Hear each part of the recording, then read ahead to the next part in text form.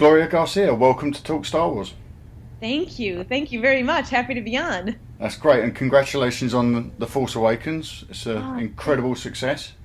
oh my God. It's been an incredible experience. I've got to tell you. So, I mean, this is probably the biggest cinematic event in history, potentially. And Yeah. you're a part of it. That must feel bewildering. You know what? It's so funny how there was one day that it just completely dawned on me what was going on because, you turn on the news or every other commercial or every other thing is, you hear the music, you see a clip, you walk past the theaters, and you just go, this is absolutely surreal. And then every time I hear something back from like a fan and just, a dedicated Star Wars fan, you go, my God. They are talking to me and they're asking me questions and how weird is that? Yeah. Yeah, It's absurd. Twitter went mad for you. There's all kinds of things for you on Twitter, isn't there? Oh my God. Well, I think Twitter is just this whole like gamut within itself where you go, my God, it's a whole other world. But then to be intertwined with people, of the number one movie who've been waiting for it now for, 10 years for this comeback and to be within the first, few minutes of this comeback and like have presence in that first 4 minutes is just, it's unbelievable, actually. Because for a lot of people, like us old timers that you're talking to, we've been waiting for 30 years. It's even bigger for us. Hey, well, listen, 35 years. I've been waiting too. When you see the likes of Harrison Ford on, and you go, God, he's so attractive. He's older now, but he's so attractive. You go, oh my God, like I remember the first one. Yeah. So these the Star Wars films? You've grown up with them. Have you been a fan of the movies for a long time? Yeah, completely. How can you not be? I mean, come on. It really is the best. Like, it's not. I hate to call it like a series. It's not even a series. It's just the whole storytelling. It's and you knew back 10 years ago it was never ending. It was just inevitable. It was coming back. Like we all knew that. All the quote unquote adults knew that, right? Yeah, the adults in the loosest possible term. Yeah. And coming We all back. knew it was coming back. Yeah, damn. Yeah, that's absolutely right. Yeah, it came back pretty strong. It did. It really did. And it's funny because, I think everybody's, how do you say it? I almost felt like before it came out, everybody almost wanted to not like it, or they almost wanted to hate it, or they almost wanted to go, oh, that wasn't as good, or that's, this was different than that, and they should have done that, and it's gotten an incredible response. Like everybody is just digging it, and how can you not? So it's really great to know that it's not only come out after 10 years, but after the 10 years, it's just as fantastic as it was 10 years ago. Absolutely. I can't imagine anyone not liking it. Can you, Steve? That's what I was going to say. It's we've been listening to the podcast. Yeah, full disclosure, Steve wasn't sold initially, but Really? after we hit him with a barrage of screenings, we've turned him around. After we've spoken about it and waxed lyrical about it for about 15 hours, and I saw it again last night on IMAX in 3D. And Did you? I really liked it. We're there together. We cheered for you. Yeah. Yeah, we did. Oh, Yeah. you guys are awesome. See, I haven't seen it in 3D yet. Oh, well, it's you very need good. to see, Gloria, you need to see it in IMAX 3D. I have not seen it in IMAX 3D Oh, yet. I had absolutely gone. stunning. I've gone to our my local theater. The one with the kickback lounge chairs and the martinis. Oh, yeah. Oh, no, that sounds like another way. There you go, boys. We've got another viewing now. We're going There to need you to go go. for the martini screening. Pop You yourself have on a to. flight. Get yourself over here. We'll take you to the movies. Oh You my are- God! You're in But the where UK, are you aren't you, guys? Gloria? The UK. Yeah, I'm in central London. I'm in. Can I say out loud? I'm in Hampstead. Yeah. So Yeah. I'm in Hampstead. So yeah, Up to the Hampstead Bluewater. Theater here. Yeah, we're just down the road from you. We'll do that. We'll treat you to an IMAX screening. Oh, I'm in. Okay, we'll do. And your husband was in the movie as well, wasn't he? Yeah, Oh, there he you was. go. You have to bring him down Well, as well. You know what? Kudos to him. That's how it all got started. I was going to ask actually. Yeah, what was the path to Star Wars for you? Well, my God. Do you know that one day he came home and said that he had gotten stopped by this girl, like a street casting, and they were looking for people with dark skin and really light eyes. And he, has dark skin and light blue eyes, and he's like, oh, okay, maybe, I don't know, because he's a music producer, so he's not bothered with all this stuff. And he goes, oh, but my wife would probably be loving this. He goes, let me give you, her information or whatever. So I ended up contacting the casting company, and they took my name, my photographs and everything.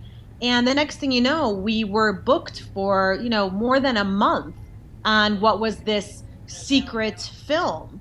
Wow. Because they just didn't tell anybody what it was. Mm-hmm. And then later on, it was 2 days prior to when it was supposed to start, when we were booked. And they reached out to me and said that they didn't need me anymore. And I was so bummed because I thought, it just would have been cool. I didn't even know what it was yet. And then but my husband they still wanted my husband. And then the day before, they called me and they're like, Gloria, can you still come? I go, are you kidding me? Of course. And so, we showed up, and he had gone for like a fitting before, but you are under strict rule. You are not allowed to say anything to anybody about what it is, even to your spouse, significant other, nothing, family. Like you are under strict rules not to say anything. And so, anyway, we ended up on, the Star Wars set. And it is one of those moments in life that it's like your wedding day. Well, you hope at least. That you never forget that moment, because it's almost just like so untrue yet true to form, where it's just mind-blowing, because you go, I can't believe this is happening right now. So when was it revealed to you that it was the new Star Wars movie then? Was it quite late in the day? When I ended up going for the fitting, which was not too much, which was the day before, because they didn't need me anymore. So when I went for the fitting, but then when, he had known, my husband had known, but he didn't tell me what it was, because you're not allowed. Wow. Yeah. So that's impressive. Cool. So, that just. It goes to show you how strict in rules they were with, not letting you know what was what. So finally, we ended up going for the fitting. I ended up going for the fitting, and then they dress you, and then you're in this you're in this just incredible, like, huge place in Pinewood Studios. And what was the theme of who we were, everybody was dark skin and really light eyes, and so there was a consistency and a theme on who we were. So we had our own story, which I think is yet to be revealed. Is this because are you affiliated with the Church of the Force? Is it something like that? Yes. Oh, yeah, you see, guys, I pay attention. Right, in Jakku. Yes, yeah. So the defenders of Jakku are all, at least in that village, related to the Church of the Force. Yes. And Max von Sydow, I take it, is the elder or the chief of this church. Yes. I got to tell you, his presence on set is really something to behold. Because he is a legend as well. Yeah, I mean, a legend, and then he just walks on set, and you go, my God. But with such grace and elegance, do you know what I mean? Yeah. So when did this film? When was principal photography at Pinewood? Would that be about 2 years ago now? Almost, yeah. God, it had to be like a year and a half to 2 years ago. Wow. So everybody had to keep it hush hush for this long. That's insane. I don't know how you manage that. And you have to understand too that when we were on set, the second we got on set, they would take your phones, they would take any type of, computer or phone, anything that you had. They took it. You were not allowed to do anything. So I remember there was an uproar. I think somebody let out some photographs in Abu Dhabi. And, they were in a little bit of trouble about that because they were, you were not allowed to take photographs. And then on set, too, when we were, outside at Pinewood, we would be covered from head to toe so you couldn't see what we had on because there were drones and, the press and media were just, of course, all over Pinewood trying to see what was going on. And so they weren't having any of that. So they made sure everybody was covered. We were all secure. And that was that. filming Star Wars in the modern world. Not quite so simple these days, is it? It is Right. true, though, about the drones. Drones, we've seen them outside our house. I don't even want to get undressed in my bedroom anymore. I'm frightened. I don't blame you. I have to make sure the heating's on just in case. I don't blame you. I always think about, oh my God, which movie was it with Ray Liotta, where he was in the car and his nice big old car, and the helicopter was following him. Oh, it's Goodfellas. Goodfellas. Yeah. I always think about that, like somebody following somebody around. Right, well, we let a few people know that you were going to be on tonight, and we've got a couple of listener questions that we want to throw at you, if that's okay. Okay. Yeah, absolutely. This is we've got a regular emailer on the show. He's a loyal, dedicated Star Wars fan. His name's Rob. No surprise to the guys that's the guy that emailed Hi, me. Rob. Hi, Rob. He wanted to ask. He's got two questions. First one he's thrown out is, how heavy was that rifle that you were holding? Wow, that is a good question. It was heavy. I mean, those rifles that were made, they were all custom made. His name was Alan, and he was this great guy and super creative, super inventive, and he made all of these. So they were pretty heavy. They were pretty significant. I mean, when you pull the trigger, the sounds and the colors that would come from it, it was pretty real. And am I right in saying that you've got some personal experience with firearms? Yes. From Yeah, I do. I'm an ex-Cook County sheriff from Chicago. That is amazing. From the sheriff's department to the defender of Jakku. That's one hell of a path. To the defender of Jakku, right? Cook County Sheriff to the defender of Jakku. I was in the Cook County Sheriff's Department in Chicago. So I trained when I was in training. I trained under the SORT team, which is the Special Operations Response Team. So Chicago is a pretty, well, I'm sure as everybody knows, you're talking about crime city, and so the Cook County Sheriffs, we were based on 26th and Kedzie, like it's that is like down home, like Chicago. So we were based there, and then the training academy was in Melrose Park. So it was cool though, because I got to be, I was a sheriff, Cook County Sheriff, and then I got to train the incoming cadets at the training academy through their physicals. So that was cool too, because that was, that's an honor to be able to train when they come through. These guys come through once a week and they want to be a sheriff, and you put them through their physicals and everything else, and it's, there's a lot of camaraderie there. So, the camaraderie is a great thing, and a lot that I learned from being involved there. But yeah, going back to the question about weapons, I had professional weapon training for sure. No wonder you look like such a natural, and it really shows up on that glorious IMAX screen, doesn't it? Yeah, what was so funny was that when how I got chosen for the shot was J.J. Abrams had, first he had all the guys come on set, and then he had them pick up weapons, and then he chose X amount of guys, and he said, okay, just go to the side here. Then he brought up the girls, and then so we, lifted up weapons, and he looked right at me and he's like, oh my God, you look like you're going to kill me.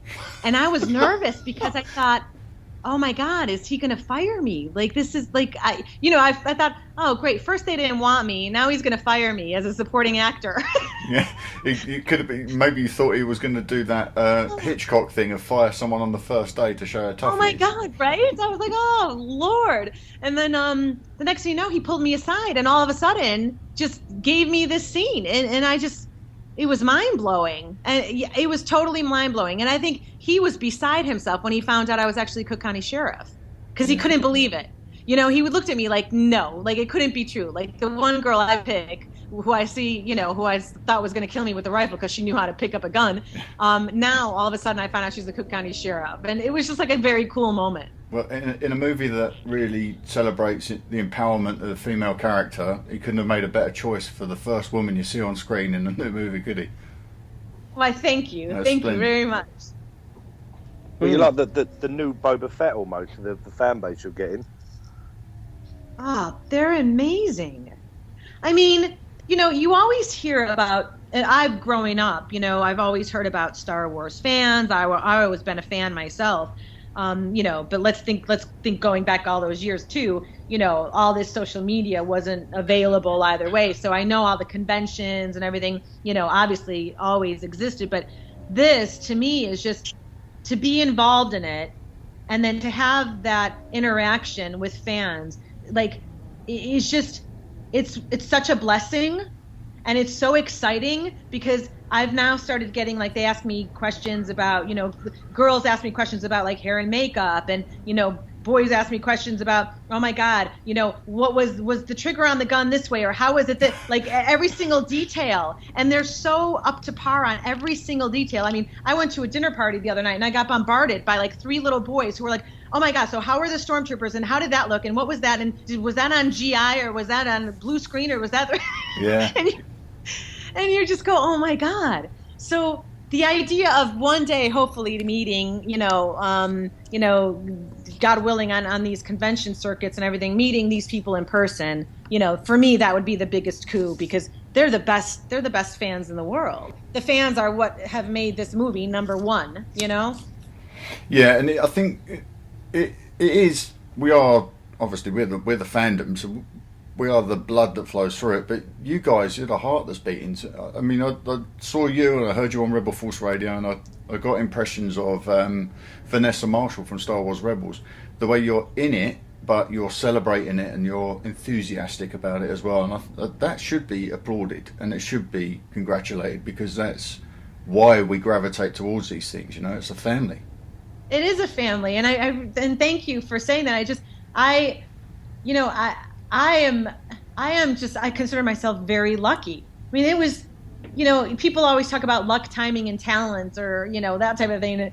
It was luck and timing, being at the right place, I guess, at the right time. And then finally, when you were asked to do something, you did it, and you did it like for even if the 2 seconds to the best of your ability. And then the reaction has been great. Like, people are, it's so funny, these tweets I get, like, people are like just digging the chick with the rifle. Yeah. They're digging it, and I just love it. I love them. They're amazing. Well, we never would have thought we'd been talking to the chick with the rifle 4 weeks ago after watching it for the first time. That's really surreal. Well, yeah, think about it from my perspective too, from the opposite side. I would never think that I'd be talking Star Wars with anybody. You know what I mean? I thought to me I'd be talking like, recipes. Or how to become a Cook County sheriff. Yeah. Well, we hit a bit on a bit of that, didn't we? Jeremy, you got a question? Yeah. I have. Are you going to get a figure? As in a toy? I don't know. Listen, I hope so. I think, believe it or not, it's in the hands of the big guys, but I think it's in the hands too of the fans. If the fans keep asking and wanting it, then I think sooner or later, that's kind of that's inevitably what happens, right? I would expect it. We bombard with tweets for that then. Wouldn't it be great? Are you joking? An action figure, that would be just brilliant. We'll start a poll for that tomorrow. Yeah, I'll get that going. Yeah, that'll be up on the site first thing tomorrow morning. I would literally just continuously play with myself if I had an action figure. Gloria, I apologise for Steve. And there we have it. And there Fox 39. I was being literal then. Steve, you've actually got a question that isn't smutty. Oh, well, then I don't want to say it. No, you've already touched on this, Gloria. You said about how you couldn't say a jot about being in the film, which is totally understandable. But how soon after knowing you were going to be in it, could you talk about it? And did you ever sort of come across a situation where someone was talking about The Force Awakens and you casually dropped in that you were in it? And what did they do? Did they freak out? Or did that situation never happen? No, we were able to talk about it. When I say we, like my husband and I, because, granted, I mean, you go out to dinner and then people are talking about Star Wars, or, this is before it opened, and you were like, oh, I can't say nothing. Like, we can't tell anybody. So not even until it opened you couldn't say anything? No.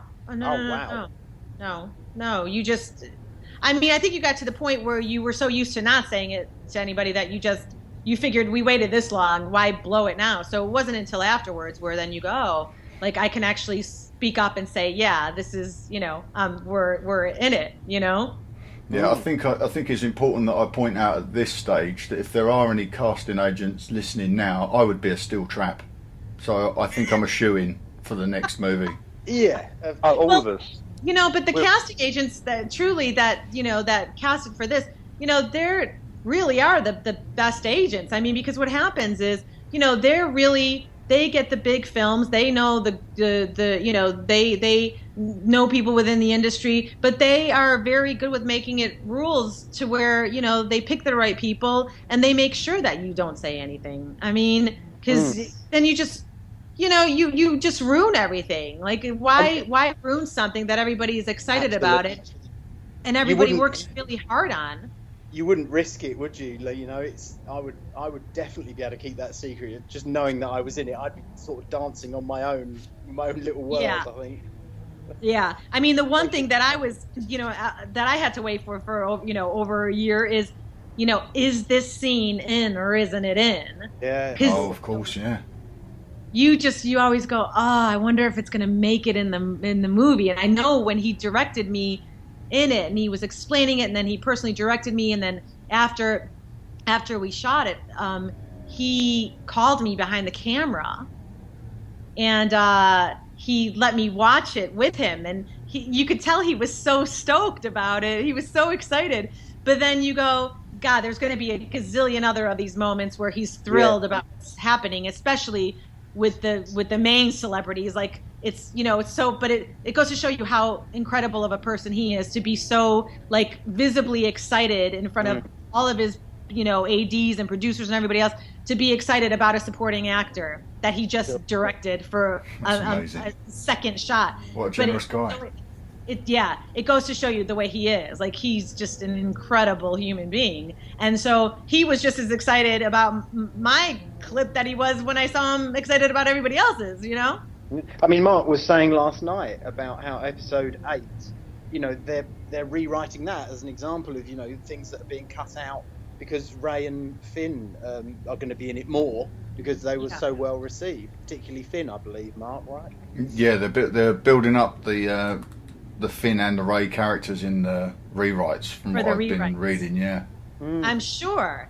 I mean, I'm sure people fell in love with them. Absolutely. What's not to fall in love with? It's like they are the newfound characters, that were handpicked by JJ. So they, people love them. People love them. People love them.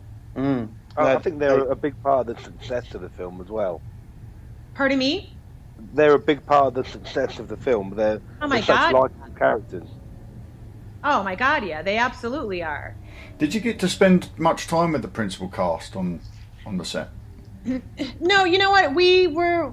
I mean, Anthony Daniels had come on set whilst we were there, but he didn't film while we were there. Other than and then Max, and then Oscar Isaac was on set, so we were always working with him because too. Then I protect Poe. You do. You give him his out, don't you? You save his life. I protect Poe. So when everybody asks me, am I dead yet? I'm like, well, I don't know. I don't think so. And then I always laugh because I was like, wait a minute. I'm like, I want to come back and can Poe at least come and thank me? So did you film you didn't film a death scene then of you being shot?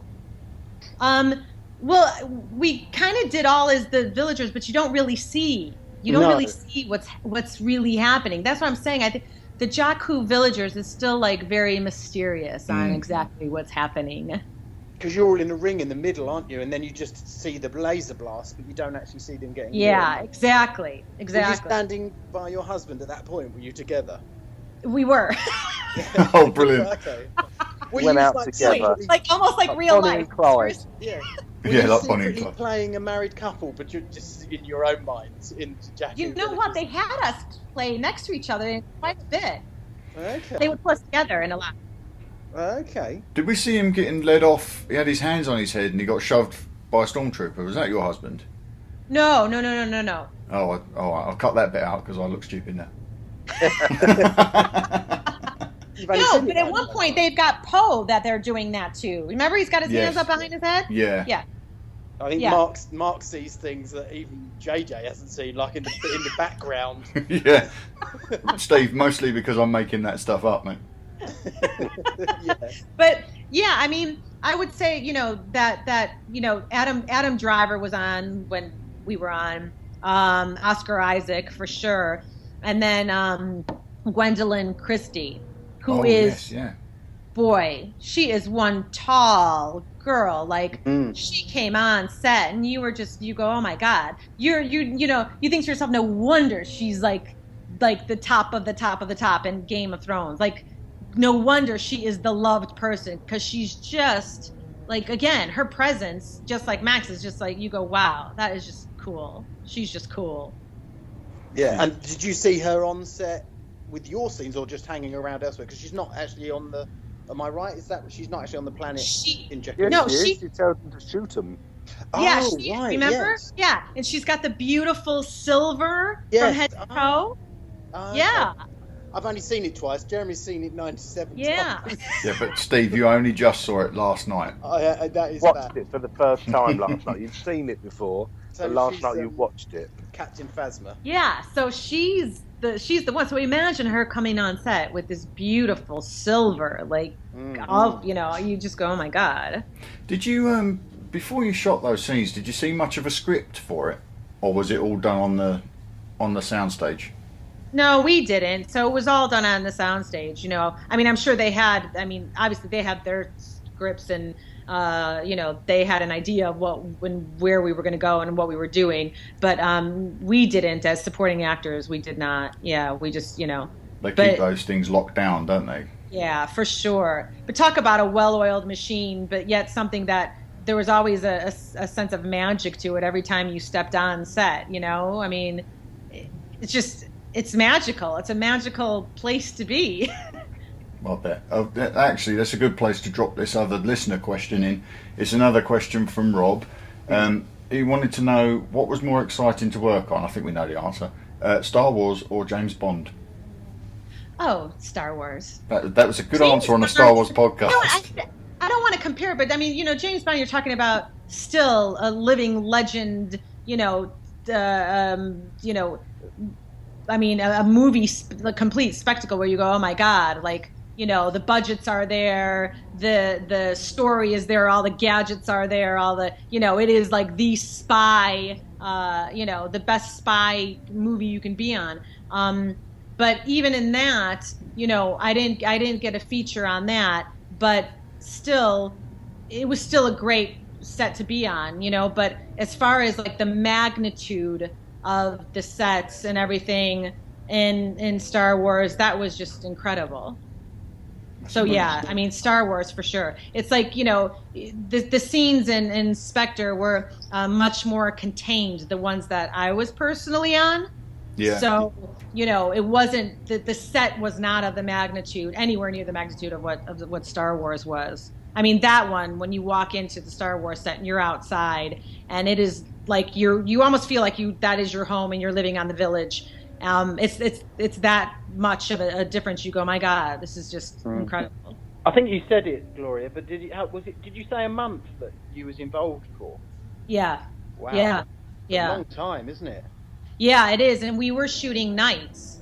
So, you know, think about it. We were shooting nights, and then we're there till maybe, you know, 3, 4 in the morning.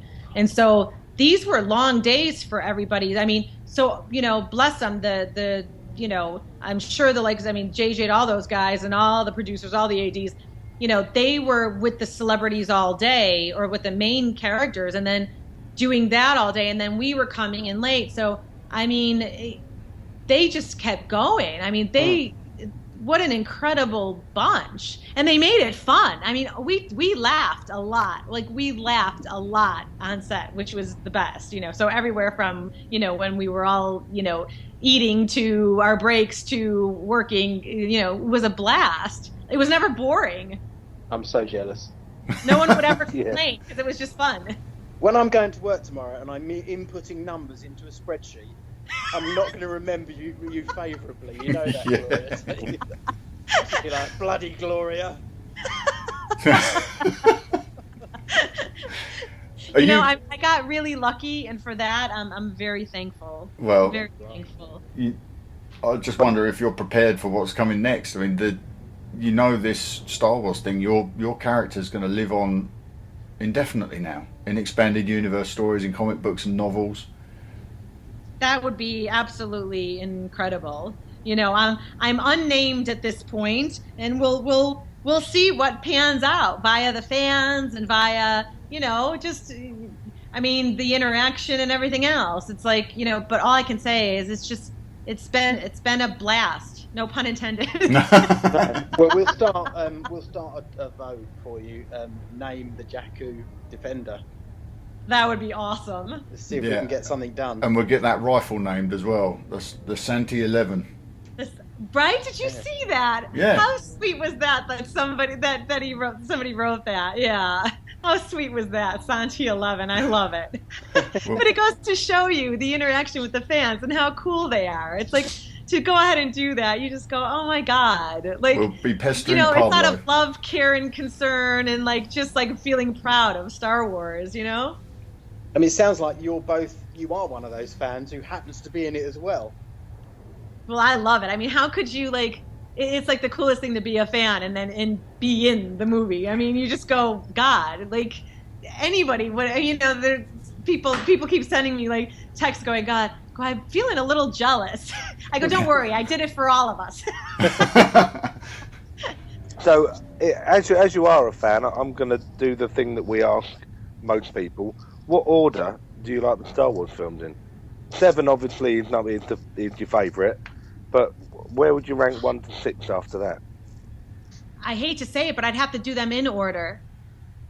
Really? Well, as order Yeah. in time or order? You gotta Reverse order. understand. I mean, I was watching the beginning of Star Wars when you guys were watching the beginning of Star Wars. Sure. So for Yeah. so for me, In yeah. release order. So 4, 5, 6, 1, 2, 3, 7. Yep, you got it. Okay. Yeah.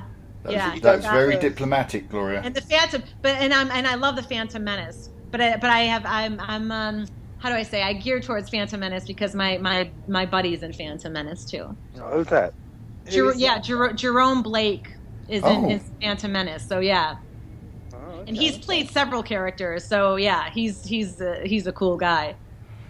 Another returning actor then. So hopefully Yeah. that bodes well for you, and we'll see you hopefully in one of the new movies.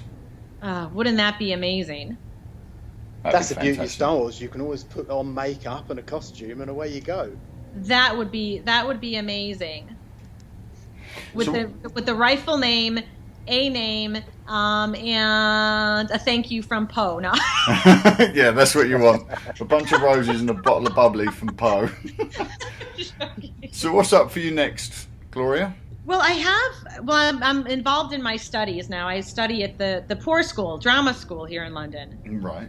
So I'm involved in my studies there, and then I had a very small part in The Infiltrator, which is going to be out this year as well, and that was directed by Brad Furman, and Bryan Cranston is in that, and Diane Kruger, and that's a true story. Okay. Wow. So, but again, it's one of those things, guys, where I don't know until it comes out if I'm in it or not, because the editing process goes on for a year or then some, and so you just never know what they're going to pull and what will work, and that type of thing. So you can only hope that something like that comes up. Sure. Yeah, but in the meantime, it's studying away. Studying and being a part of Star Wars fandom. Yeah. So where can people find you, Gloria, on the internet? Where can they come to celebrate with you, congratulate you? It's at Gloria Santi 11. On Twitter?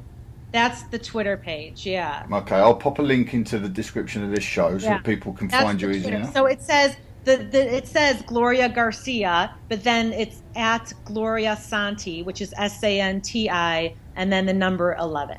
Superb. Right, we'll direct people your way. That is great. Gloria, you've been an absolute delight, and congratulations on everything. Likewise, and let me know when you're in my part of town, because we're going to hit the lounge theater for some martinis to watch it again. I'm on my way to the car now. It's a day. Definitely. Okay, thank you, Gloria, and we'll speak again soon. Thank Speak you, Gloria. Thanks, Gloria. Bye.